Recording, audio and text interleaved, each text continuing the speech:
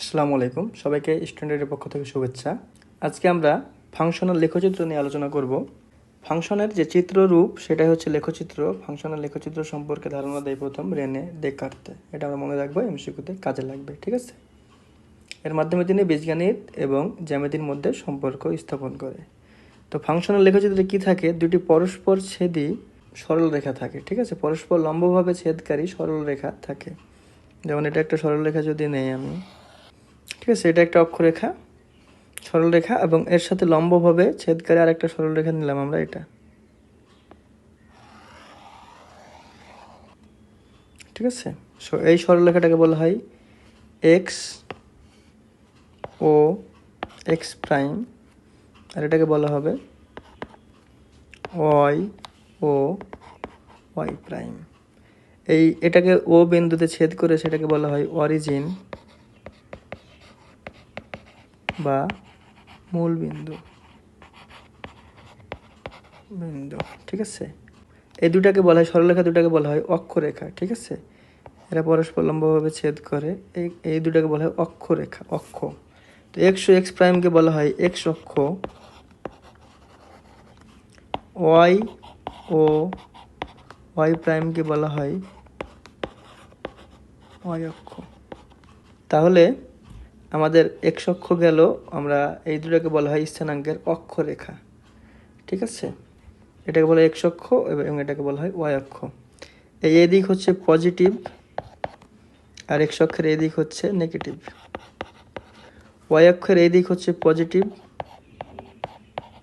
আর Y অক্ষের এই দিক হচ্ছে, এখান থেকে এই দিকে নামলে হবে নেগেটিভ। এবার আসি আমরা এক্স অক্ষ থেকে দূরত্ব যদি নেই, এটা আমি একটু মিশালাম।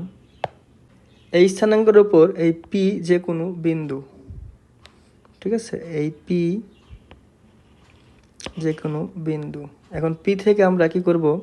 ওয়াই অক্ষের উপর লম্ব টানবো, ঠিক আছে। আবার পি হতে এক্স অক্ষের উপরও লম্ব টানবো,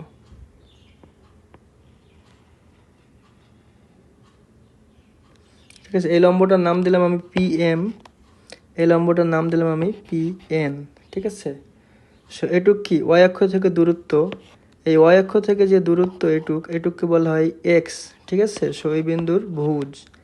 আর এই যে এক্স অক্ষ থেকে ওই বিন্দুর যে দূরত্ব, লম্ব দূরত্ব এটুককে বলা হয় ওই বিন্দুর কোটি ওয়াই, ঠিক আছে। তাহলে এই প্রত্যেকটা ঘরকে যদি এক একক ধরে নেই, তাহলে এই ওয়াই অক্ষ থেকে লম্ব দূরত্ব কত?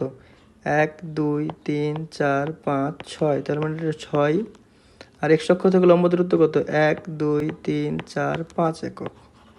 তাহলে এই বিন্দুর স্থানাঙ্ক হবে 6 আর 5, ঠিক আছে। তার মানে আমরা এই যে ওয়াই অক্ষ থেকে দূরত্ব সেটাকে বলা হয় কি? ভুজ। আর এক্স অক্ষ থেকে যে দূরত্ব সেটাকে বলা হয় কোটি, ঠিক আছে। তাহলে আমরা ভুজ আর কোটি শিখলাম, ঠিক আছে। ভুজের ইংলিশ হচ্ছে অ্যাবসিসা, ঠিক আছে। আর কোটির ইংলিশ হচ্ছে অর্ডিনেট, ঠিক আছে। আমরা এটাও মাথায় রাখবো, ঠিক আছে। তাহলে কোনো একটা বিন্দুর স্থানাঙ্ক 6 আর 5 দ্বারা বোঝায় যে ওয়াই অক্ষ থেকে তার দূরত্ব 6 এবং এক্স অক্ষ থেকে তার দূরত্ব 5, ঠিক আছে। সেই এটাকে আমরা যদি এক্স অক্ষ বরাবর যাই, তাহলে এক্স অক্ষ বরাবর কত যাব? 1 2 3 4 5 6 একক যাব, তাই না? আচ্ছা, আর ওয়াই অক্ষ বরাবর কত একক যাব? 1 2 3 4 5। তার মানে 6 5 দ্বারা বোঝায়। যদি আমরা লম্ব দূরত্বের সাহায্যে বুঝি, তাহলে বুঝবো যে ওয়াই অক্ষ থেকে দূরত্ব 6 এবং এক্স অক্ষ থেকে দূরত্ব 5। আর আমরা যদি বরাবর যাই, তাহলে এক্স অক্ষ বরাবর যাব 6 1 2 3 4 5 6 এবং ওয়াই অক্ষ বরাবর যাব 5 1 2 3 4 5। বোঝা গেছে? এবার আমি কিছু বিন্দু লিখি এবং বিন্দুগুলা এই ছক কাগজে বসাই। যেমন 3 2 3,2 বিন্দুটা ছক কাগজে বসাবো। তার মানে ওয়াই অক্ষ থেকে কত দূর যাব? 3, তাই না? বা এক্স অক্ষ বরাবর 3 যাব, 1 2 3। আর ওয়াই অক্ষ বরাবর যাব কত? 2 1 2। তার মানে বিন্দুটা হবে এটা, 3 2 বিন্দুটা হবে এটা। আমি একটু মিশাই, এটা ভুজ কোটি আমরা চিনে ফেলেছি। তাহলে এই যে 3 2 মানে কি? এক্স অক্ষ বরাবর যাব কত? 3 1 2 3। আর ওয়াই অক্ষ বরাবর যাব কত? 2 1 2। সো 3 2 বিন্দুটা হচ্ছে এই যে এখানটা, কমা 2, ঠিক আছে। তার মানে আমরা যদি বরাবর যাই তখন এত এক্স অক্ষ বরাবর এত বড় এত যাব, ওয়াই অক্ষ বরাবর যাবে এত, ঠিক আছে। আর যদি দূরত্ব বলি তাহলে এটা হচ্ছে ওয়াই অক্ষ থেকে দূরত্ব, আর এটা হচ্ছে এক্স অক্ষ থেকে দূরত্ব। এবার আরেকটা বিন্দু আসি, -5,4। তো -5 মানে কি, এক্স অক্ষ বরাবর -5 যাবো, 1 2 3 4 5, -5। ওয়াই অক্ষ বরাবর +4, +4 মানে উপরের দিকে, 1 2 3 4। তাহলে এটা হচ্ছে আমাদের -5,4, ঠিক আছে। এক্সের নেগেটিভ এদিক, তাই -5 এদিকে আসছে, ঠিক আছে। বাট +5 থাকলে এদিকে যাইতো। এবার আসে আরেকটা বিন্দু, -7, -2। এক্স নেগেটিভ, তার মানে এদিকে আসবে, ওয়াইও নেগেটিভ মানে নিচের দিকে যাবে। তো -7 আসি এক্স অক্ষ বরাবর, 1 2 3 4 6 7। এটা -7 আর নিচের দিকে 2, -2 মানে কি নিচের দিকে যাবে, তাই না। তাহলে 1 2, তাহলে এটা হবে -7, -2। এবার আসি আরেকটা বিন্দু বসাই, 5, -8। মানে কি এক্স অক্ষর পজিটিভ দিকে 5 আর ওয়াই অক্ষের নেগেটিভ দিকে কত, 8, তাই না। তাহলে 1 2 3 4 5, এক্স অক্ষর পজিটিভ দিকে 5 চলে আসলাম। এবার 8, 1 2 3 4 5 6 7 8, ঠিক আছে। এখানে হবে, এই বিন্দুটা হবে 5, -8।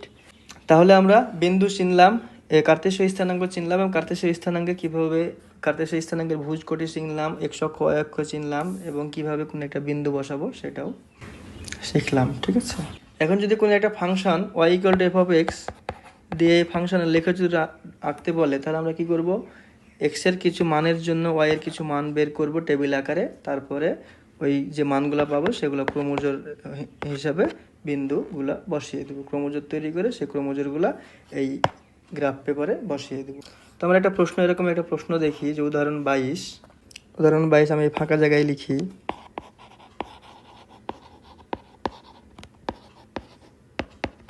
কি বলেছে, y=2x ফাংশনের লেখচিত্র অঙ্কন করো।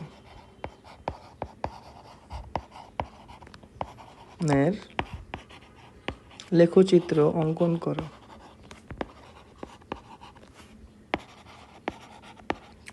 ঠিক আছে। যেখানে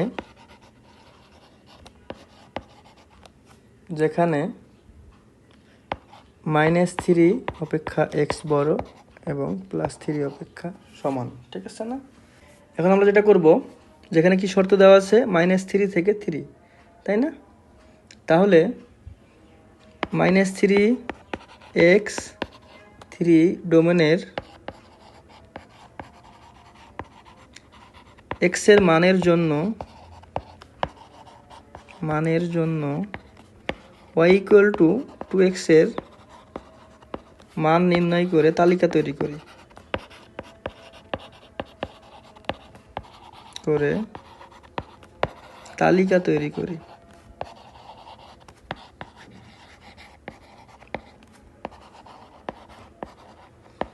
ঠিক আছে। সো এখানে কি হবে, x, এখানে হবে y। সো টেবিল নিয়ে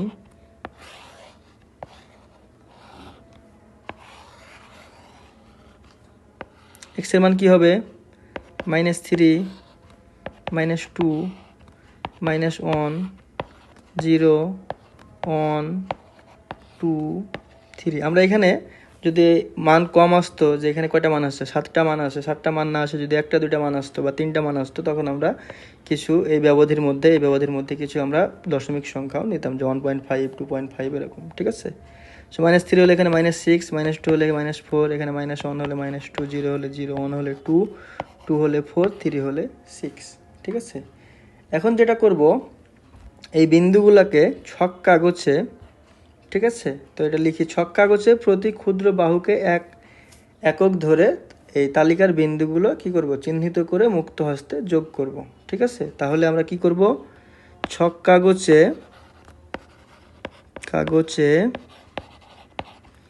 প্রতি ক্ষুদ্র বর্গের বাহুকে একক ধরে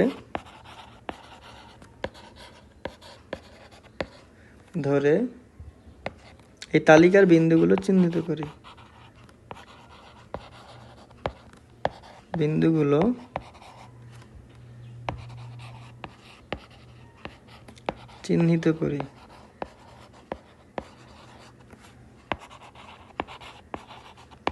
করি, ঠিক আছে, ও মুক্ত হস্তে যোগ করি, যোগ করি, ঠিক আছে। তাহলেই পাওয়া গেল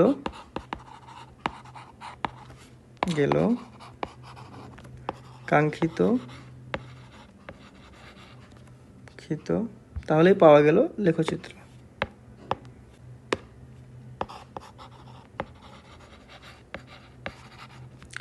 ঠিক আছে, এখন আমি আবার এটাকে গ্রাফ পেপার ফরম্যাটে নিয়ে নেই। সো এটা লেখার পরে আমরা নতুন একটা গ্রাফ পেপার নিব। গ্রাফ পেপার নিয়ে এগুলো কিন্তু আমরা গ্রাফ পেপারে লিখবো না, এগুলো আমরা সাদা খাতায় লিখবো। তারপরে একটা গ্রাফ পেপার যেটা নিব সেটাতে কী করবো, দুটো অক্ষরেখা টানবো।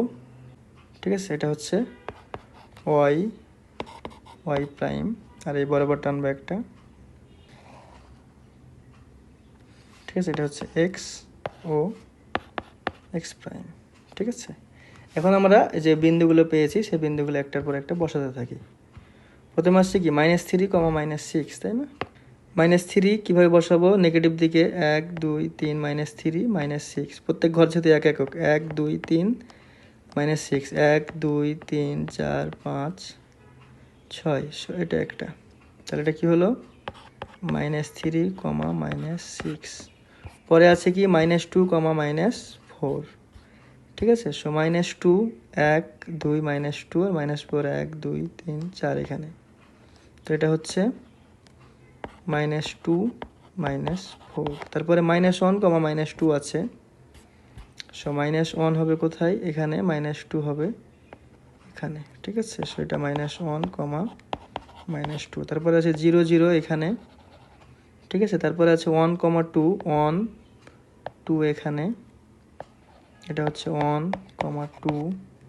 তারপরে আছে কি, তো 2, 4 1 2 আর 4 এখানে, 2, 4।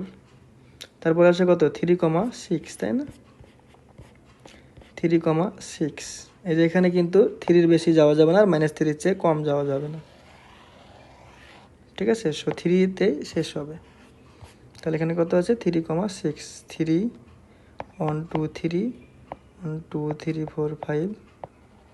তাহলে এটা হচ্ছে 3, 6। এখন এই বিন্দুগুলো কি করব, মুক্ত হস্তে যোগ করে দিব এবং উভয় দিকে বর্ধিত করব। ঠিক আছে, এগুলা অ্যারো চিহ্ন হবে, অ্যারো চিহ্ন মানে হচ্ছে কি এগুলো শেষ হয়নি। ঠিক আছে, এখন যদি আমরা এই বিন্দুগুলো যোগ করি, বিন্দুগুলো মুক্ত হস্তে যোগ করে দেই, আপনারা অবশ্যই এটা যেহেতু সার্কেল হয়েছে, সো আপনারা কি করবেন, স্কেল নিয়ে যোগ করবেন। ঠিক আছে, এই যে দুই দিকে অ্যারো চিহ্ন দিয়ে দিলাম, মানে এই দুই দিকে চলতেই থাকবে। এটাই আমাদের গ্রাফ হয়ে গেল। ঠিক আছে, আমরা চাইলে এখানে এক জায়গায় লিখে দিতে পারবো যে প্রতি ক্ষুদ্র বাহুকে 1 একক ধরে, এখানে লিখে দিব প্রতি ক্ষুদ্র বাহুকে, বর্গের বাহুকে আর কি, বর্গের বাহুকে একক ধরে। ঠিক আছে, এবং এই পেপারটা আমরা কি করব, আমাদের খাতার সাথে স্টেপলার করে আটকিয়ে দেব। ঠিক আছে, পিন মেরে। ওকে, তাহলে আমরা আজকের ভিডিওতে কিভাবে ফাংশনাল লেখচিত্র আঁকে এবং কার্তেশীয় স্থানাঙ্ক ব্যবস্থা কি, ভুজ কি, কোটি কি শিখলাম। ঠিক আছে, ভিডিওটা ভালো লাগলে বন্ধুদের সাথে শেয়ার করবেন। ঠিক আছে, ধন্যবাদ সবাইকে।